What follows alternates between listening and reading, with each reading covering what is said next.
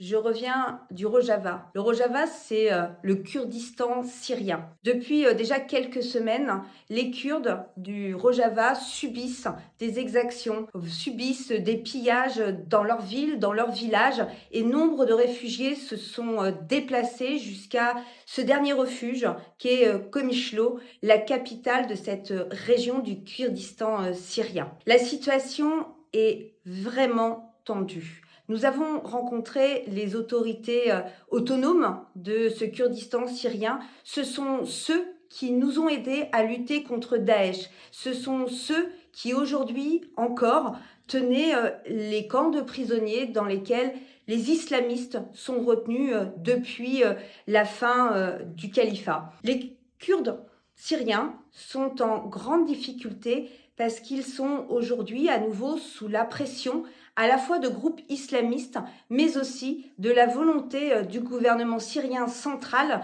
de forcer à la centralisation et finalement, ils ont besoin de notre soutien pour faire valoir le projet démocratique, inclusif, féministe qu'ils ont fondé à partir de 2011. Je me suis déplacée avec le secrétaire national du Parti socialiste aux relations internationales pour faire connaître notre soutien, mais aussi pour comprendre la situation. La situation, c'est que tant la chef de la diplomatie du Rojava que la société civile à travers l'ONG Congrats ou dans nos rapports avec les réfugiés que nous avons pu rencontrer ou bien encore avec la municipalité de Komishlo, c'est les deux maires puisque les projets très inclusifs avec une femme et un homme qui dirigent cette municipalité nous ont fait connaître la peur qu'ils ont que les garanties apportées par la France ne soient pas suffisantes pour apporter de l'aide aux réfugiés, pour finalement avoir cette protection de ces territoires. Nous réclamons aujourd'hui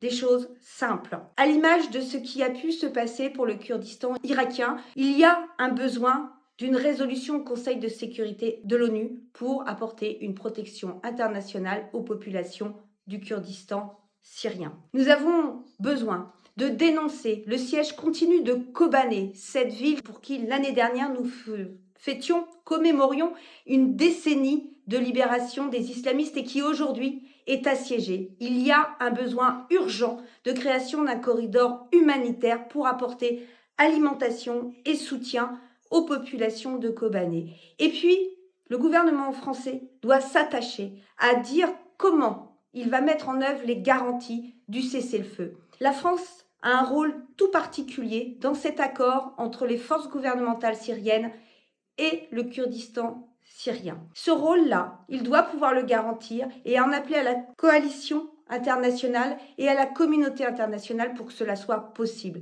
Nous avons le devoir de rassurer ces populations qui font un geste pour la pacification, mais il n'y aura pas de paix juste et durable sans reconnaissance des crimes et exactions et sans que les droits culturels, sociaux soient garantis pour cette population qui a mis en œuvre un projet démocratique, féministe, inclusif pendant plus de 15 ans.